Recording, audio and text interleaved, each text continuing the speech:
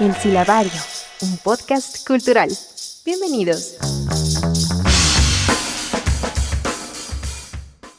Bienvenidas, bienvenidos y bienvenides a El Silabario. Yo soy Ángel Conto y en esta ocasión tendremos la oportunidad única de conocer los vestigios de la antigua ciudad de México Tenochtitlan a través de las ventanas arqueológicas del programa de arqueología urbana del INAH.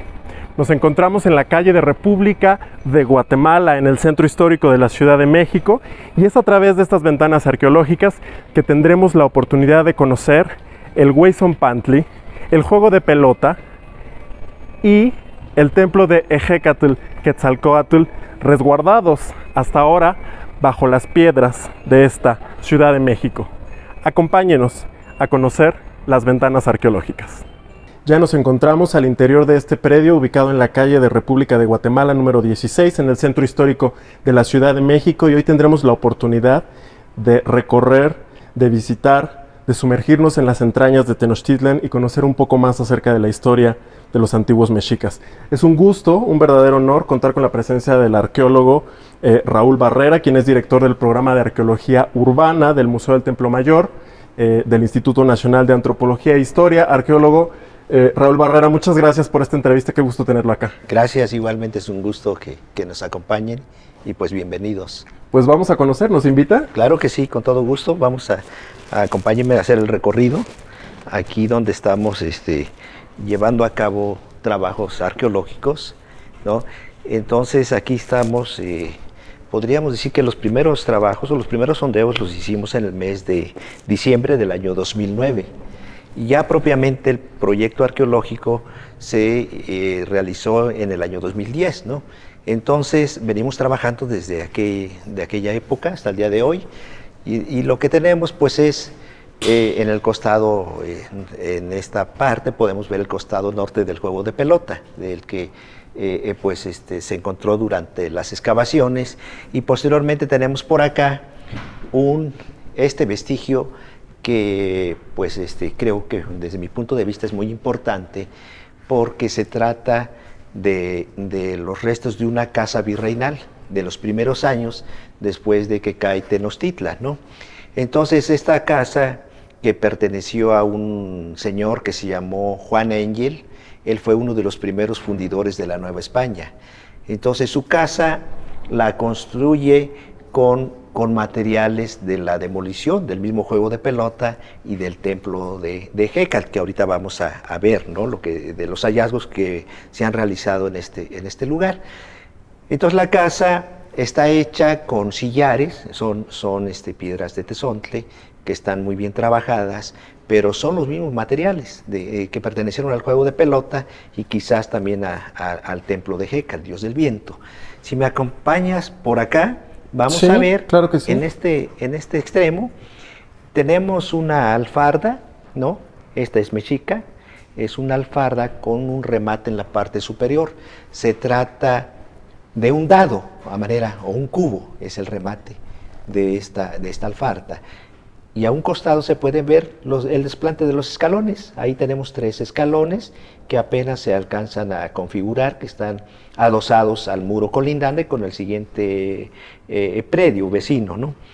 Entonces, pero estos restos de pisos de laja son prehispánicos, son mexicas de los últimos momentos de ocupación, que es lo que podemos mostrar aquí. Maestro, ¿cuáles eran las expectativas que tenían ustedes cuando sale a la luz este espacio? Es decir, estamos hablando de un trabajo de más de 10 años que ha conllevado investigaciones, que ha puesto de manifiesto justamente esta riqueza que se encuentra debajo del suelo del centro histórico, pero cuando lo encontraron, ya lo estaban buscando. ¿Qué nueva información aportó a partir de ese descubrimiento acerca, no sé, de las dimensiones, de los usos que tenía un espacio como este? Es muy interesante que, además de ver justamente las etapas constructivas previas a la ocupación de Tenochtitlan, también podemos ser testigos de lo que ya nos decía, justamente de la construcción que data del siglo XVI. Así es, de los primeros años, esta virreinal, después de la caída de Tenochtitlan, ¿no? Recordemos que Tenochtitlan, Tlatelolco cae el 13 de agosto de 1521. y después viene pues la destrucción de los edificios o templos mexicas, y con esos mismos materiales van a construir la nueva Ciudad de México. Entonces, cuando nosotros intervenimos aquí, quizás nosotros ya esperábamos encontrar restos del juego de pelota, porque sabíamos por trabajos previos de la existencia del juego de pelota sobre la calle de Guatemala, ¿no? Y ya se habían realizado trabajos, podríamos decir, desde principios del siglo XX, cuando Leopoldo Batres atendió un rescate arqueológico a lo largo de la calle de Guatemala, cuando se hizo la instalación de un colector para saneamiento de esta parte de la ciudad. Entonces, don Leopoldo Batres registra elementos arquitectónicos. En ese momento él no supo que eran parte del juego de pelota, ¿no?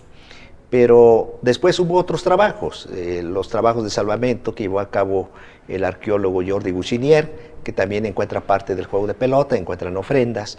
Entonces había elementos que ya se sabía de la existencia del juego de pelota.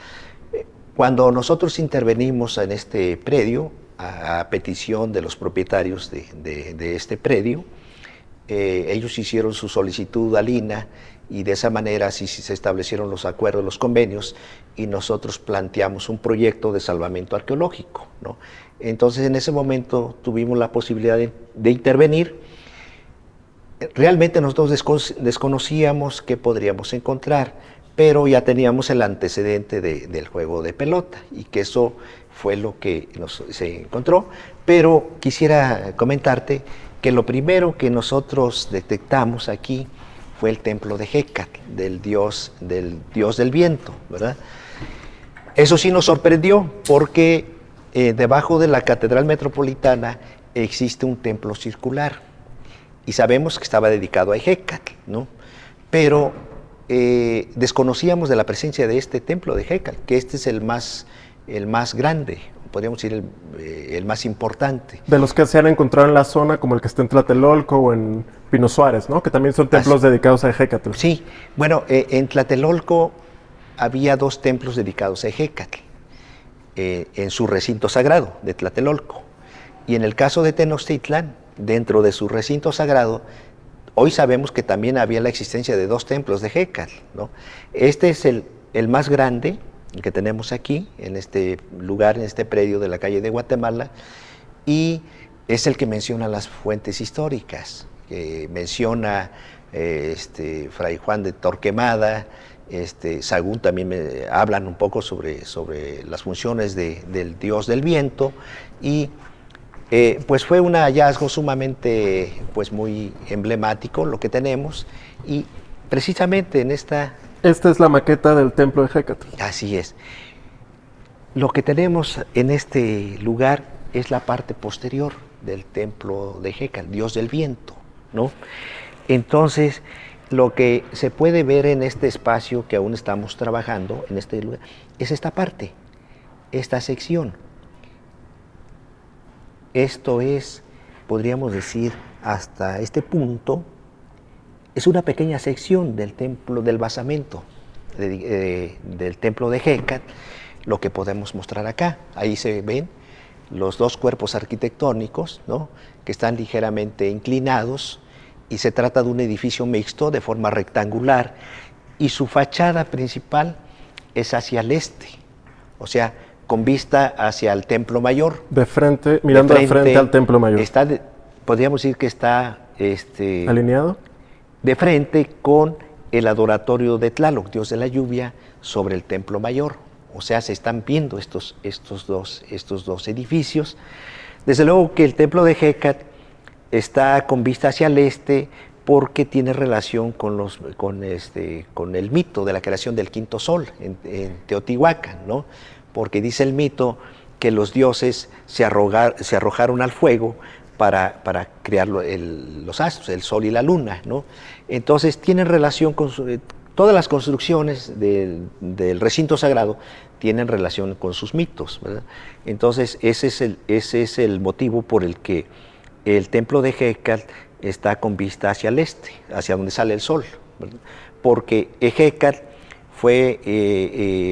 y Xipe fueron las dos deidades que atinaron por donde iba a salir el sol. que era hacia el este. Entonces ese es el motivo por el que tiene esta orientación.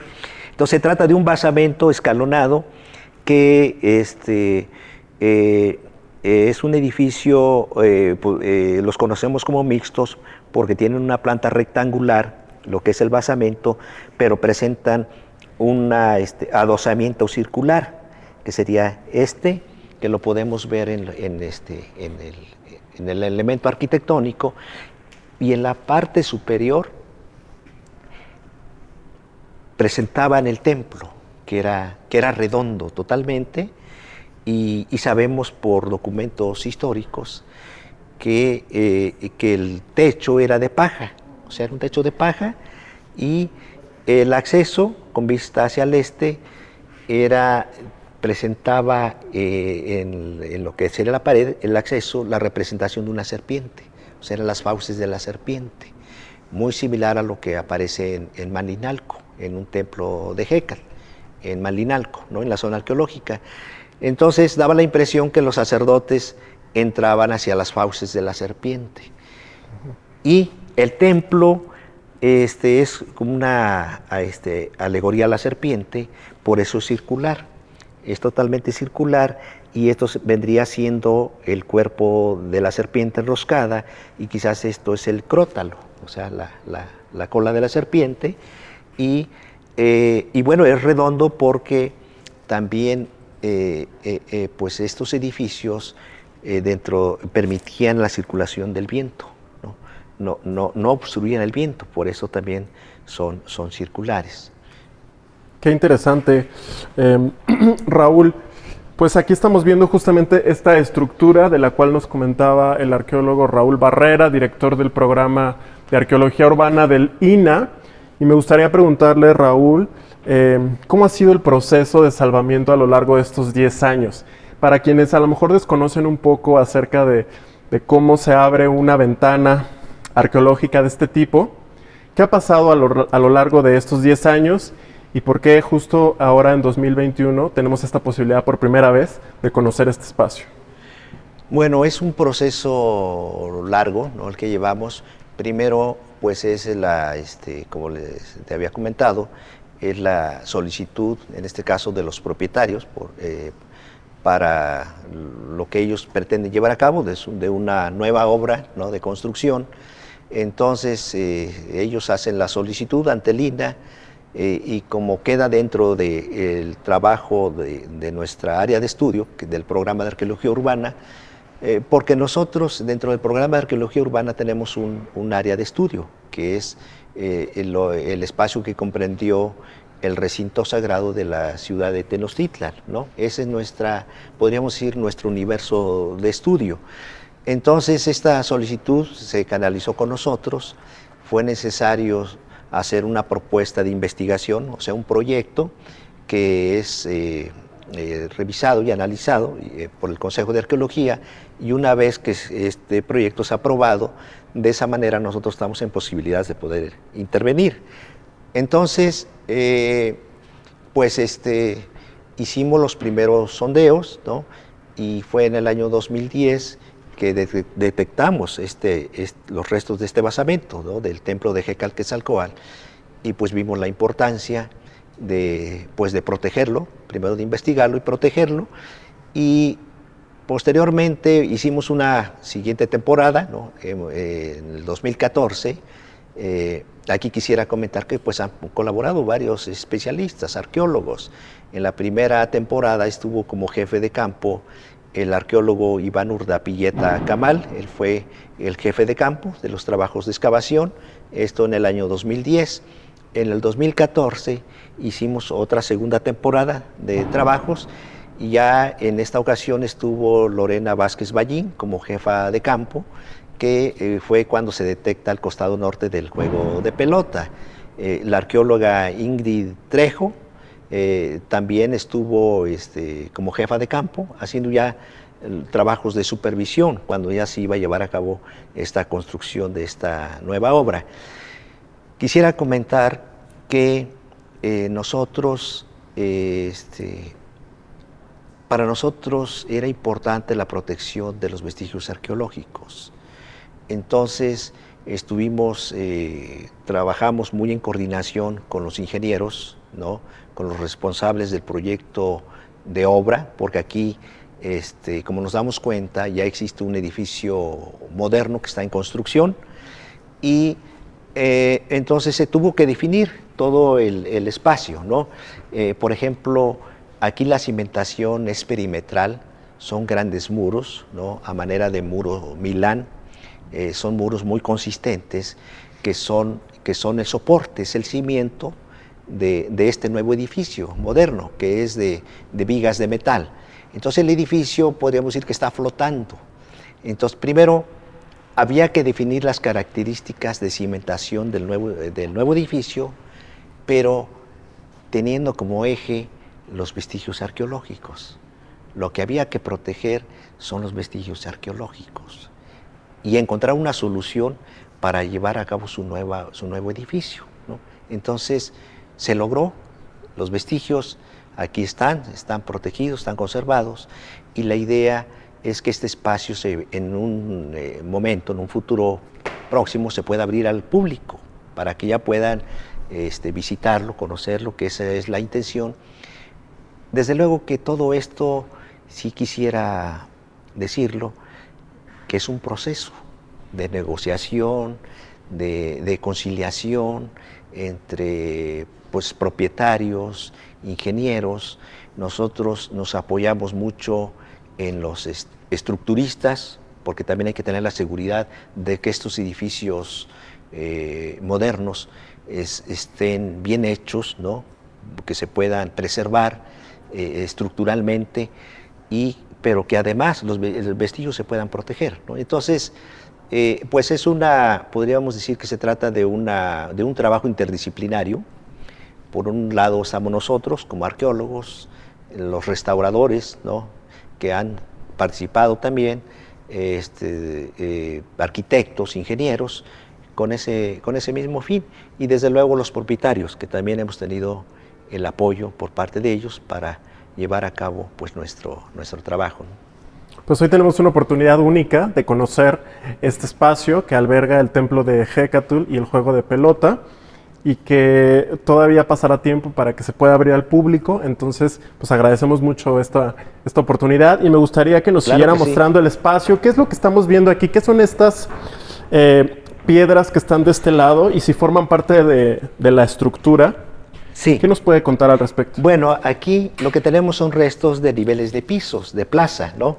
Entonces aquí recordemos que estamos dentro del recinto sagrado de la ciudad de Tenochtitlan, estamos en espacio sagrado, ¿no? Bueno, entonces dice Sahagún que había 78 templos que componían el recinto sagrado. O sea, el recinto sagrado era un cuadrángulo, quizás de alrededor de 400 metros por lado, que era delimitado por una plataforma por sus 4 lados, y dentro se encontraban alrededor de 78 templos, que era la casa de los dioses, ¿no? Cada edificio, cada templo estaba dedicado a una deidad, pero además había plazas, había patios con pisos de lajas de basalto, como en este caso. Aquí podemos apreciar, ahí se ven los restos de ese piso, que es de la etapa 6, época del gobierno de Agüitzol, quien gobernó entre 1486 y 1502. Ahí se puede ver los restos de las lajas. Después tenemos otros rellenos y se ve muy bien la estratigrafía, ¿no? Cómo está conformada con diferentes materiales, con arcillas, con limos, ¿no? Por ejemplo, la capa más negra, son limos, podríamos decir que es material extraído del fondo lacustre y que sirvió para proteger este piso, que ya sería de la etapa 5, ¿no? Más o menos de 1481 a 1486, este nivel de piso. Y así sucesivamente, si nosotros hiciéramos una excavación más profunda, vamos a seguir encontrando otros niveles de pisos y de otras construcciones o basamentos más antiguos. En estas imágenes es para mostrar el proceso de trabajo, ¿no?, que hemos llevado aquí desde el año 2010, y ahí se puede apreciar la parte posterior del templo de Hécatl, es una vista panorámica de cómo estaba el predio, y al fondo tenemos la Catedral Metropolitana. Entonces, es esta secuencia de ocupación de restos de ciudades que tenemos aquí en el centro histórico, ¿verdad? Porque sí, efectivamente, existen diferentes niveles de ciudades, ¿no? Que es lo que nos da la arqueología, la maravilla de estas excavaciones, ¿no? Y poder tener pues toda esta lectura, ¿verdad? Una maravilla, es impresionante cómo justamente vemos aquí estos niveles de construcción y estos contrastes entre la construcción de la catedral, el edificio, los nuevos muros, los muros del edificio moderno, y abajo, pues bueno, estos vestigios que estamos conociendo el día de hoy en este espacio que todavía no está abierto al público, que eventualmente se podrá disfrutar y tener acceso a él, pero pues hoy tenemos esta oportunidad única de conocer este espacio. Sí, pues nos da mucho gusto que nos hayan acompañado, y pues también decirles, ¿no?, que pues estamos trabajando y es para el público finalmente. Nuestro interés es que la sociedad, que esto se difunda a través de esto, ¿no?, de dar a conocer el trabajo, lo que hace el programa de arqueología urbana con todo su equipo de especialistas, y este edificio sigue en obra, ¿no? Por esa razón, pues debemos tener mucho cuidado, ¿no? Pero en algún momento esto ya, una vez que culminen con el edificio, con la obra, se podrá abrir al público para que ya lo puedan visitar, ¿no? Buenísimo, pues muchas gracias, Raúl. Seguimos recorriendo las ventanas arqueológicas en el Centro Histórico de la Ciudad de México. Seguimos en las ventanas arqueológicas en esta oportunidad única de conocer, a través de los trabajos que ha realizado el programa de arqueología urbana del INAH, pues cómo era la antigua Ciudad de México Tenochtitlan. Y específicamente hoy nos encontramos en esta plaza en la cual vamos a conocer o estamos conociendo acerca de dos edificios muy importantes. Uno de ellos, el templo de Ejecatl-Quetzalcóatl, y el segundo, el juego de pelota, para lo cual está con nosotros la arqueóloga Lorena Vázquez, quien nos va a conversar, nos va a platicar acerca de este juego de pelota. Muchas gracias, Lorena, bienvenida. No, ¿de qué? Gracias a ustedes, es un gusto. Qué gusto. ¿Qué estamos viendo aquí? Pues miren, bueno, esta es una maqueta de cómo los arqueólogos del programa de arqueología urbana pensamos que podría haber sido el Teotlachco, o juego de pelota. Esta, digamos, reconstrucción que hacemos está basada en los hallazgos que hicimos durante nuestras excavaciones, tanto de salvamentos anteriores, ¿no?, que se hicieron en otros puntos, que ya les había comentado el arqueólogo Barrera, como también incorporando los datos que nos dan las fuentes históricas. En este caso, nosotros nos encontramos exactamente en esta parte de aquí. Digamos que si este fuera un mapa de usted está aquí, ¿no? Okay. Esta pequeña banqueta que había aquí, la vamos a observar ahorita junto con las escalinatas, y luego el remate de esta plataforma, que era donde había una suerte de espacio porticado. Encontramos evidencia de algunas huellas de los postes que sostenían este espacio porticado. También vemos la alfarda y este fragmento de la escalinata, y estamos entonces digamos, en la parte de atrás del juego, ¿sí? Y, digamos, tú podías subir aquí, te ponías en este espacio porticado y mirabas la cancha del juego de pelota. Esta cancha de juego de pelota estaba conformada, bueno, tenía una planta de I mayúscula, ¿no? Y tenía unos muros en talud, uno de cada lado, y sus aros, ¿no?, donde, bueno, para el juego de pelota. Este era el espacio activo, digamos, donde se jugaba a la pelota y las personas podían observar arriba en estos espacios porticados. Encontramos, si quieren les voy a comentar de este lado, encontramos en 2014 los restos del Teotlachco, o juego de pelota de los dioses, ¿no?, que es este sector que vemos nosotros aquí, ¿sí? En 2014 hacemos una temporada de salvamento arqueológico como parte de los seguimientos que se hacen para el desarrollo de la obra que se iba a llevar a cabo en este lugar. Entonces, en 2014 encontramos este vestigio que ven ustedes, que es el piso de plaza que comparte este espacio junto con el patio trasero del Templo del Dios del Viento, y una banqueta, que es esta que se ve aquí, ¿no?, esa banquetita aquí, y ya empieza o arranca la escalinata, ¿no? Tenemos dos etapas constructivas, ¿no? Que nosotros consideramos, bueno, seguro, es que aquí vas a hacer otro corte porque, perdón, otra vez. No te preocupes. Es que luego hay dos, es un poco enredado explicar dos. Pero de que una se tras siga, de ¿no? otra. O sea, no corten. Nosotros ¿Sí? lo editamos. Sí, adelante, Sí. retoma. Ok, entonces, es que quiero ver, ok, sí. Bueno, entonces, nosotros identificamos 3 etapas constructivas. La primera de ellas la tenemos pensada alrededor de 1481 a 1486. Y de este lado, que es el lado de la escalinata, solo observamos 2 etapas constructivas. Del otro lado, que era donde se encontró el talud que da hacia la cancha, ahí fue donde identificamos las 3 etapas. Entonces, de este lado solo se conservan 2 etapas constructivas, que son las que ven ustedes acá. Si acercamos un poco la mirada, podemos ver aquí un pequeño espacio. Esta es la etapa constructiva anterior a esta. Esa escalinata que vemos más pequeña, mejor estucada, se conserva mejor porque los mismos mexicas la cubren para construir su siguiente etapa, para hacer su siguiente etapa constructiva, ¿no? Entonces, esto ya no quedaba visible cuando esta última estaba en funcionamiento. Claro. Cuando nosotros excavamos este sector, en ese espacio de ahí, identificamos una ofrenda que consistía en cuellos.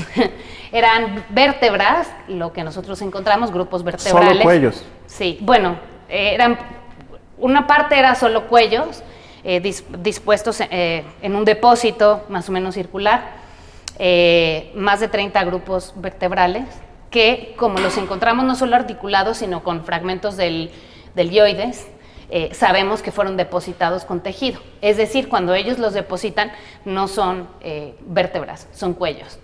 Y en la parte de arriba de estos grupos vertebrales se depositaron fragmentos de cráneo encima, puros fragmentos de cráneo encima de esto, ¿no? Para nosotros pues era un reto grande explicar esto, sigue siendo un gran reto explicar esto, pero hemos observado en distintos códices, por ejemplo, imágenes alusivas a deidades relacionadas con la fertilidad, deidades femeninas, por ejemplo, que están siendo degolladas a un lado del juego de pelotas. Aparece el juego de pelota y aparecen estas deidades. Entonces, nosotros pensamos que al ser el cuello, el punto donde ya sea murieran, no tenemos forma de saber cómo murieron estas personas. Entonces, ya sea que hayan muerto por extracción de corazón o por algún otro tipo de sacrificio, por degollamiento, finalmente se separa la cabeza del cuerpo, ¿no? Pero el cuello es un punto donde brota la sangre profusamente, ¿no? La sangre solía ser un alimento que nutre la tierra, o sea, a la tierra se le nutre con sangre de sacrificio. Entonces, este ritual podría tener que ver con rituales propiciatorios de vida. O sea, esta ofrenda puede ser producto de un ritual que haya tenido fines propiciatorios de vida, ¿sí? O de alimentar a la tierra. Finalmente fue depositada de manera intrusiva, es decir, se abre un espacio en la tierra para depositarla, ¿no? Obviamente esto son investigaciones siempre en curso, pero este es, digamos, un primer acercamiento, ¿no? A reserva de seguir avanzando con las investigaciones de estos grupos vertebrales. Buenísimo, pues qué interesante. Sí. Sin duda, cada día seguimos descubriendo y bueno, la historia no es algo inamovible, ¿no? Así justamente es. Vamos descubriendo, simplemente estas etapas constructivas nos dan justamente distintos contextos de lo que pasó aquí. Así es. Lo que pasa es que hacemos, nosotros en Programa de Arqueología Urbana, nos gusta explicar siempre a la gente que es como una suerte de rompecabezas, ¿no? Es como si yo te diera a ti a armar un rompecabezas y te dijera, mira, vas a armar un rompecabezas de una escena en la playa. Te platico que hay hamacas, que hay un mar azul, que hay una palmera, ¿no? Pero no te doy todas las piezas completas y tampoco te enseño la fotografía. Entonces, te voy dando algunas piezas, te suelto una, mañana te suelto 2, luego te suelto una otra vez y así, pero nunca ves tú la imagen tal cual es, ¿no? Solo te voy platicando.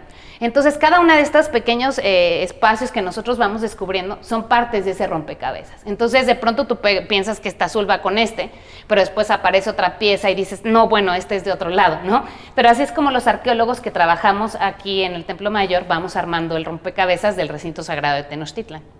Pues muchas gracias por ayudarnos a entender ¿No de justamente ese rompecabezas y por esta gran labor que, como ya hemos mencionado en esta edición del Silabario, pues ha tomado más de 10 años Sí. de trabajos, de investigación y por supuesto de nuevo conocimiento que se está generando y que pues gracias al trabajo de Lina y del programa de arqueología urbana, pues hoy tenemos estas miradas Sí. pues a la vida, ¿no? Para tratar de entender un poco la vida de los mexicas. Muchas gracias. Claro. No, ¿de qué? Con gusto. Seguimos en las ventanas arqueológicas en esta oportunidad única de conocer más acerca del legado de los antiguos mexicas y en esta ocasión nos encontramos en un predio que alberga el Hueyzompantli, una de las estructuras que más ha llamado la atención en torno a los descubrimientos arqueológicos en los últimos años, y para conversar sobre ello estamos con el director del programa de arqueología urbana de Lina, Raúl Barrera. ¿Cómo está, Raúl? Muy bien, Ángel, pues bienvenidos. Qué gusto, gracias por esta oportunidad. Me gustaría comenzar preguntándole qué es un zompantli. Bueno, el Zompantli es un edificio donde eran exhibidos los cráneos de los individuos sacrificados, ¿no? Que quiere decir en náhuatl muro, hilera de cráneos, ¿no? Entonces, en este caso se trata del Hueyzompantli, que está asociado al recinto sagrado de Tenochtitlan y que estaba dedicado a su dios tutelar, que era Huitzilopochtli, deidad solar en el Templo Mayor, ¿no? Entonces, recordemos que el Templo Mayor pues era el edificio más emblemático de la ciudad de Tenochtitlan, y en la parte superior presentaba dos adoratorios. El del lado norte estaba dedicado a Tlaloc, dios de la lluvia y de la fertilidad de la tierra, y el del lado sur era el adoratorio dedicado a Huitzilopochtli, deidad solar y guerrera de los mexicas. Entonces, el Hueyzompantli está dedicado precisamente a este dios guerrero que es Huitzilopochtli.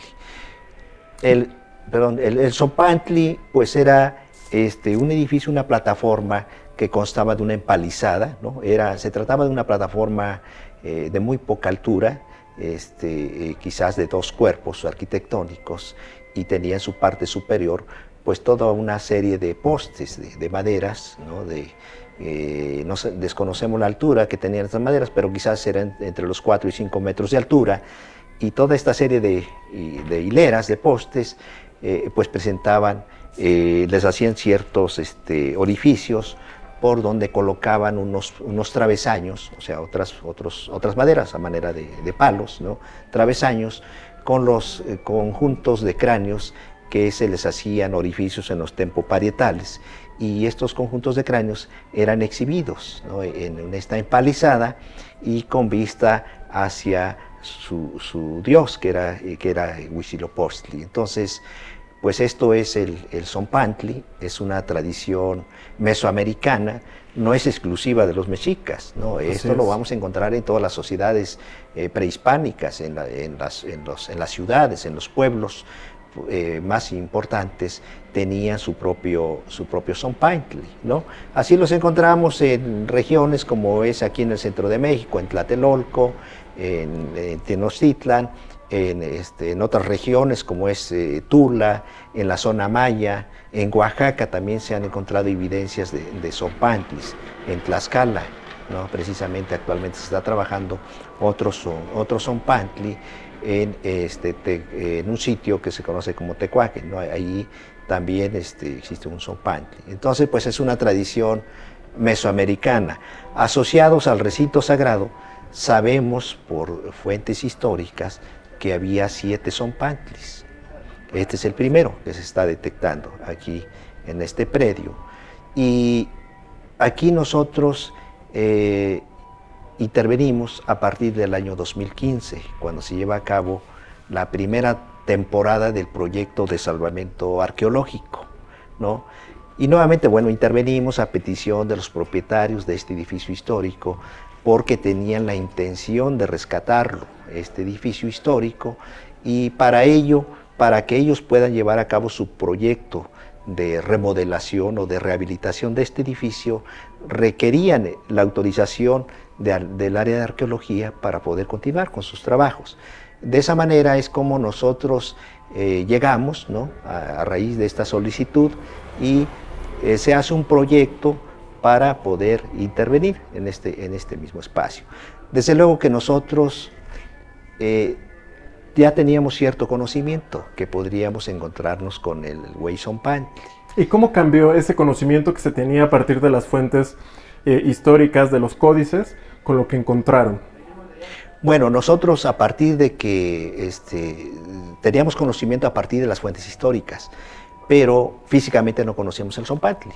Desde luego que también quisiera decir que ya lo habían encontrado otros investigadores anteriores, de otros años, ¿no? Por ejemplo, don Leopoldo Batres, cuando trabajó en la calle de Guatemala, don Manuel Gamio trabajó en este predio vecino, que está aquí en el número 22, don Manuel Gamio en 1913 hizo excavaciones y también encontró restos del Huizompantli. Pero ellos no pudieron saber en ese momento que se trataba del Huizompantli, porque no había tanta información, no se tenían mayores datos, ¿no?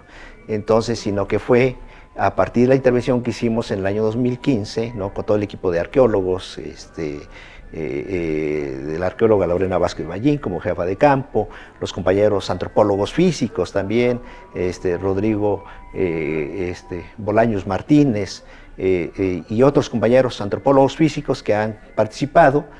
Entonces nos percatamos de la existencia, que precisamente se trata del Huizompantli. Se encontraron casi ya al final de esa primera temporada pues una serie de fragmentos de cráneos que se encontraban dispersos, regados en los rellenos, y que pues son producto de la destrucción del Huizompantli, ¿no? Cuando cae Tenochtitlan y que Cortés toma la decisión de destruir la ciudad y sus templos, entonces uno de esos edificios es el Tzompantli, que es destruido, y durante la excavación pues vamos a encontrar las evidencias de todo ese proceso, ¿no? Y estas evidencias pues nos han dado la posibilidad de hacer esta recreación que estamos viendo en esta maqueta. ¿Qué estamos viendo aquí? Sí, bueno, nosotros en este lugar, en este predio, lo que estamos trabajando sería más o menos esta sección, podríamos decir, ¿no? Estamos en la parte sur del edificio histórico, y lo que se encontró fueron restos de superficies de estuco, ¿no? de la plataforma, de esta plataforma, que es lo que tenemos aquí durante las excavaciones, y los orificios de los postes de estas maderas, ¿no? que son estos postes, y que tienen unos travesaños con pequeñas representaciones de cráneos, de conjuntos de 5 cráneos que eran exhibidos. Y lo que nos llamó mucho la atención es haber encontrado esta estructura circular, es un elemento arquitectónico de cráneos humanos, ¿no? Entonces, esto nos llamó mucho la atención y nos dimos a la tarea de buscar en las fuentes históricas, en códices, en las narraciones de los misioneros, cronistas, de los mismos hispanos que vinieron durante la toma de Tenochtitlan, y entonces vimos que hay un soldado que se llamó Andrés de Tapia, y que él es el que habla del Huizompantli, y lo describe a detalle. Él habla de sus características del edificio y dice que eran exhibidas las cabezas de los sacrificados en el Templo Mayor, pero también habla de 2 torres de cabezas humanas, o sea, de cráneos, y que se encontraba una en cada extremo del Huizompantli.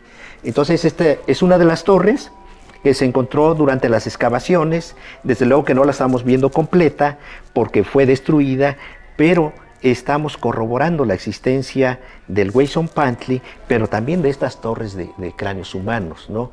Y que esto quisiera decir que esto debe ser una tradición mesoamericana, tanto de la exhibición de los cráneos como de las mismas torres de cráneos, ¿no? Entonces esto pues seguramente fue una tradición mesoamericana y sumamente interesante de estos cráneos.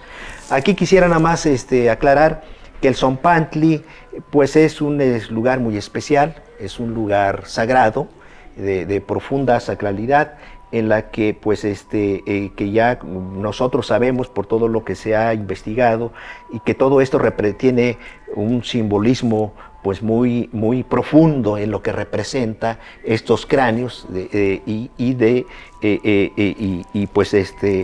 que el Tzompantli pues tiene relación con su cosmovisión de los mexicas, ¿no? Entonces, pues los guerreros que fueron sacrificados, su esencia o su tonali, que residía en el cráneo, en el cerebro, pues esta energía se iba a acompañar al sol. lo que hacían es alimentar al sol con el sacrificio humano. Entonces es darle vida para que el ciclo, podríamos decir, de los dioses pueda continuar y de la vida misma, ¿no?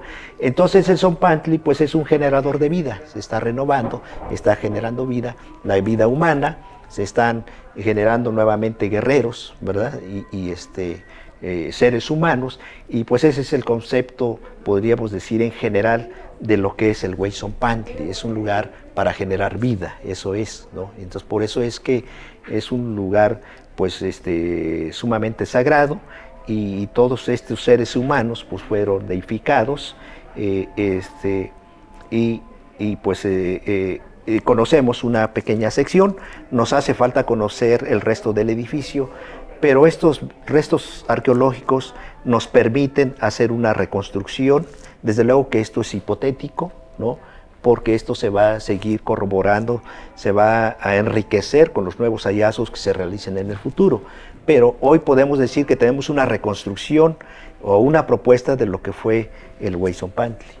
Pues vamos a conocerlo más de cerca. Vamos ahora a bajar justamente a donde se encuentra esta torre de cráneos que estamos viendo acá, para que podamos conocer más de cerca estos hallazgos, y también decir que por el momento no se encuentra este espacio abierto al público y va a tomar todavía tiempo, ¿no? Que se pueda habilitar. Creo que esto es muy importante, porque nosotros como arqueólogos y dentro del programa de arqueología urbana tenemos el interés que estos espacios, no todo se puede exhibir, porque por muchas razones, ¿no? Por seguridad, porque también los edificios históricos que se encuentran actualmente también son una belleza, tienen un valor histórico, entonces hay que protegerlos, ¿verdad?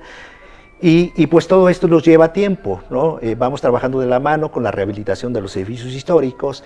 Desde luego que hay ciertos espacios como este que se tiene la intención por parte del Instituto Nacional de Antropología e Historia que se puedan mostrar al público, pero todo esto sabemos que será en su momento, porque lo más importante por ahora es proteger estos vestigios y sobre todo los cráneos humanos, que es lo que a nosotros pues nos interesa mucho que se puedan preservar, y pues seguimos trabajando, seguimos investigando, pero ya en su momento pues estos espacios se podrán abrir al público. Pues sigamos aprovechando entonces esta oportunidad única y vamos a conocer el Huey Tzompantli. Vamos. Seguimos en las ventanas arqueológicas en el corazón de la Ciudad de México, en esta oportunidad única de conocer lo que fue la antigua México Tenochtitlan. Ahora estamos conversando con la arqueóloga Lorena Vázquez, quien nos va a narrar de qué se trata el Tzompantli. Ya conversamos con Raúl Barrera acerca de su significado, pero es importante decir que estamos en un lugar sagrado, que este es un espacio pues que se utilizaba para hablar de la vida, de la muerte. ¿Qué nos puedes decir al respecto, Lorena? ¿Por qué es tan importante hacer énfasis en que estamos en un espacio que merece mucho respeto? Sí. Mira, el espacio en el que estamos, que es el Huey Tzompantli, era un edificio muy importante porque justo era el repositorio de todos estos cráneos de los individuos que habían sido sacrificados. El sacrificio humano era una práctica ritual dentro dentro de la religión mexica, ¿no? Era muy importante porque los seres humanos, en otras religiones, Dios existe independientemente de los seres humanos. Dios no necesita de los humanos. Acá los dioses necesitan de los seres humanos y los seres humanos necesitan de los dioses. Es decir, los dioses le dieron vida a los hombres, crearon la tierra, crearon todos los sustentos, los astros.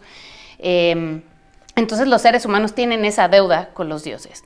Y los dioses lo que necesitan, digamos, es ser alimentados. ¿Y con qué se alimentan? Pues justamente con todo el derivado del sacrificio, ¿no? Entre otras cosas, pero principalmente, en el caso del sol, por ejemplo, la extracción de corazón se realizaba porque justamente el sol come corazones, ¿no?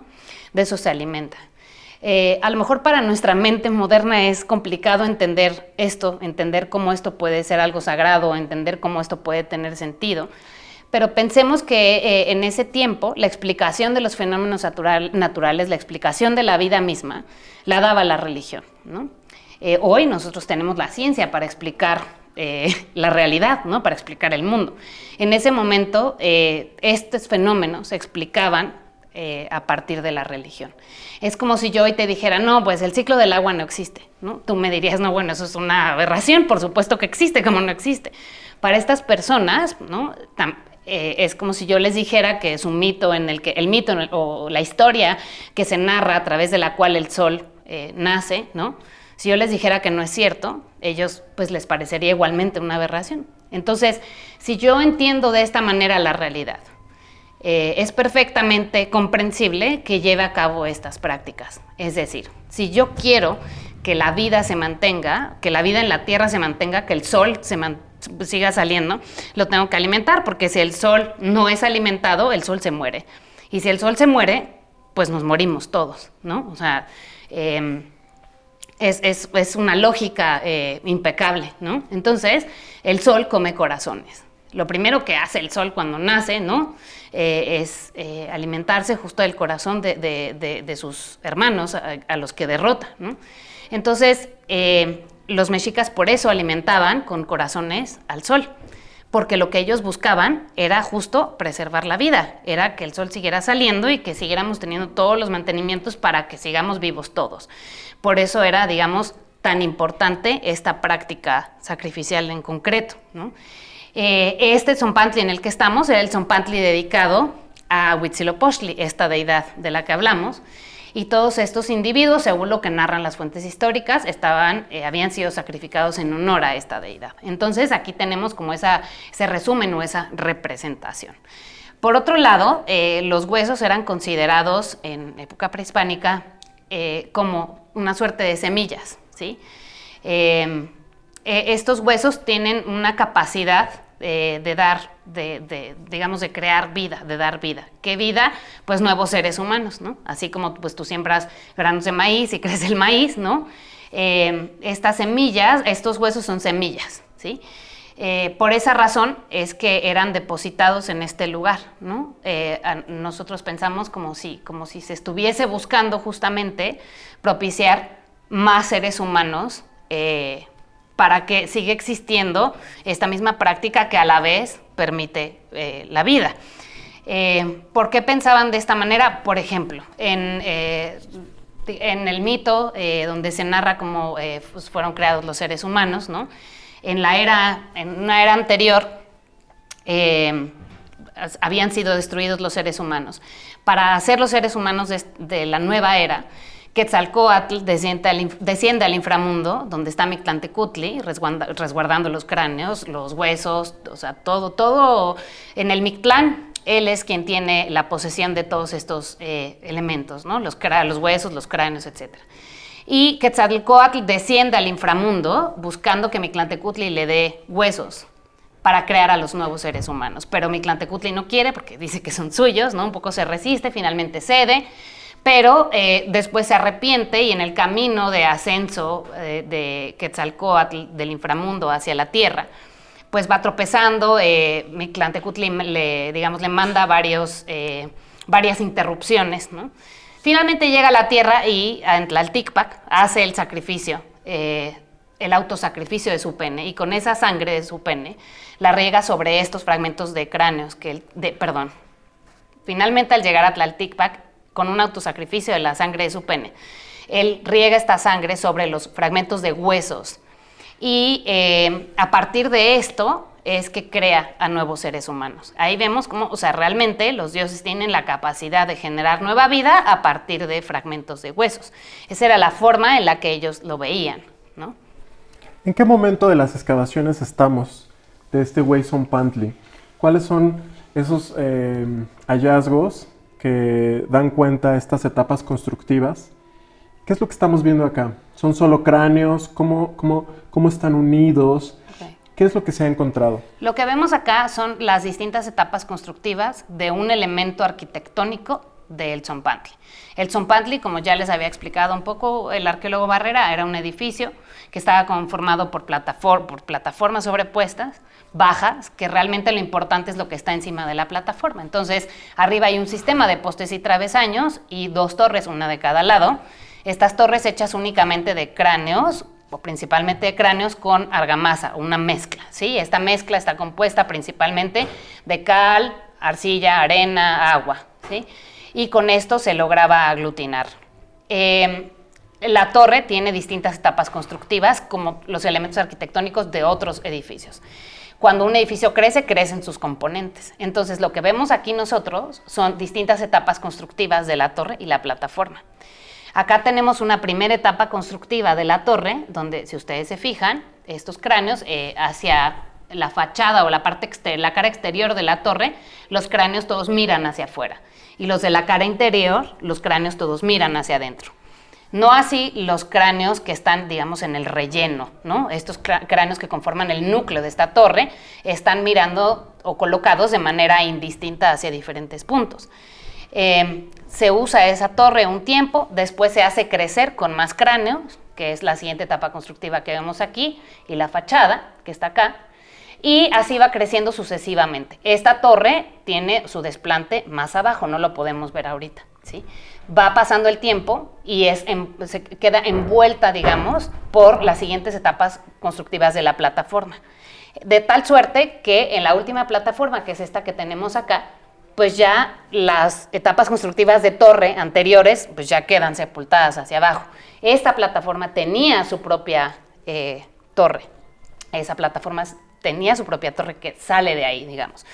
Deben haber sido torres grandes, no conocemos su altura, porque ya no las vemos, fueron destruidas por los españoles, pero al menos sabemos que tenían alrededor de 4.70 metros de diámetro, ¿no?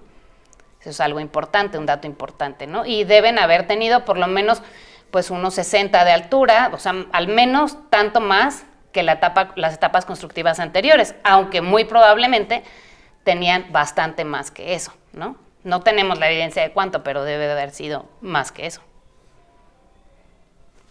Pues qué impresión, qué maravilla. Sí, sí. Muchas gracias, No, Lorena. ¿de qué? Claro, con gusto. Seguimos en las ventanas arqueológicas, aquí en el Weyson-Pantli.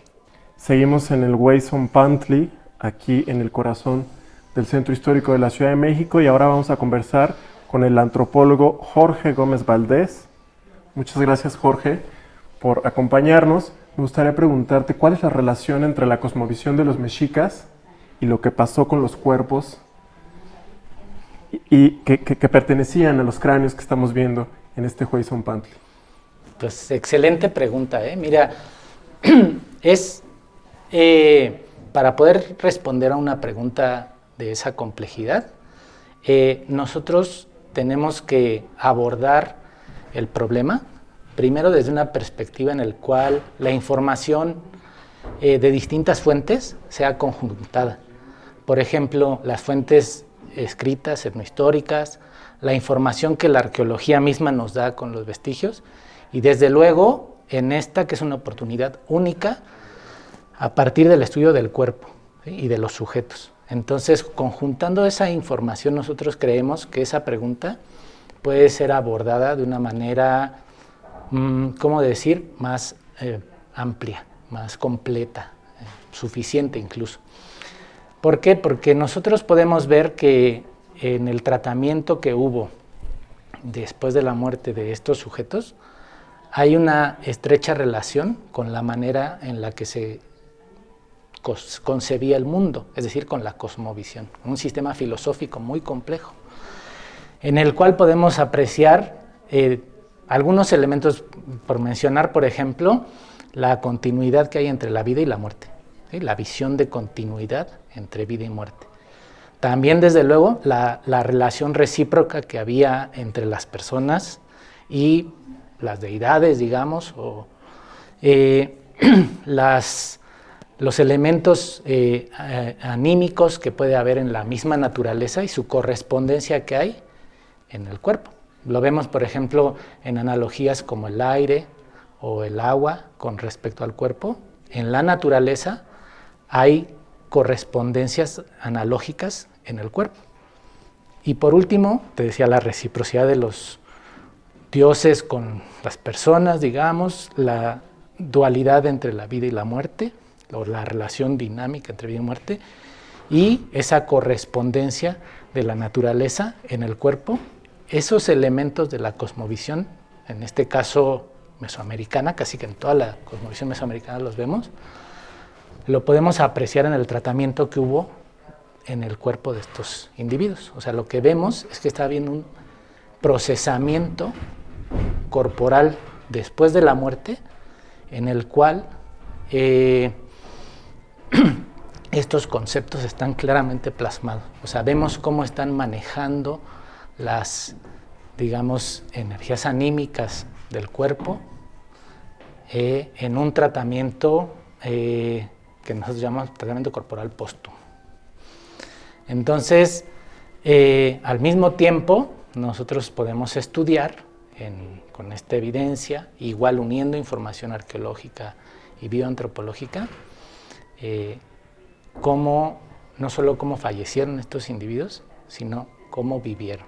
¿Qué les pasó a estos individuos? ¿Qué sabemos a partir de este contexto? Sabemos a través de los restos óseos una parte de la información. Con la arqueología sabemos otra y con las fuentes escritas una tercera. Entonces podemos reconstruirlo. Con los restos óseos y bueno, aquí solo están una parte del cuerpo, ¿no? Que sería la cabeza. Entonces sabemos un poco de la información y al menos podemos saber que son sujetos que en su vida tuvieron condiciones óptimas de vida. O sea, son personas que tuvieron buenas condiciones de vida. O sea, es decir, que no estamos observando huellas muy ampliamente difundidas de enfermedades o de condiciones que nos permitieran pensar que son sujetos que en vida padecieron precarias condiciones, ¿no? ¿Y quiénes son? ¿Hay niños? ¿Hay mujeres? ¿Son hombres? ¿Son guerreros? Bueno. ¿Qué sabemos acerca de ellos? Sabemos que nosotros hemos podido analizar una muestra de todos los sujetos que están aquí. Y con esa muestra, que es menor a la cantidad total de individuos, sabemos que un porcentaje considerable son sujetos adultos en edad joven, más o menos entre 20 y 45 años, 50 años, por hablar de una generalidad. Ese es el mayor porcentaje, sujetos masculinos en edades jóvenes. También hay sujetos femeninos, digamos en una proporción menor, y una proporción bastante baja, menor al 10%, de sujetos infantiles. Digamos sujetos que no alcanzaron lo que hoy entendemos como la adultez, ¿no? La mayoría de edad. Respecto a tu segunda pregunta de si son estos sujetos guerreros o no, pues nuevamente en los restos óseos y especialmente con el cráneo, pues no tenemos información sobre de ello. Sin embargo, hay otras fuentes de las cuales podemos tomar información. Pero con los restos óseos de momento esa pregunta no se podría responder. Pues nos queda mucho todavía por aprender, Jorge. Hay mucho por investigar. Este es muy probablemente un hito para la arqueología y para la investigación interdisciplinaria, que está todo por hacerse. Solo hasta ahora, digamos, los zompantlis de los que se tiene conocimiento solo eran fragmentos, ¿no? Es lo que entiendo, partes de un contexto, pero nunca esta estructura como la estamos conociendo acá. Esta torre, que forma parte del zompantli y que en su principal elemento constitutivo pues son cráneos. Muy bien. Pues muchas gracias, Jorge. Sí, gracias a ti, Ángel. Qué gusto. Gracias por acompañarnos en esta edición de El Silabario. Yo soy Ángel Conto. Recuerden que pueden encontrar todos los episodios de El Silabario en las redes sociales de la Secretaría de Cultura, así como en las plataformas de Spotify, Apple Podcast y Google Podcast. Gracias, hasta la próxima. El Silabario, un podcast cultural. Gobierno de México.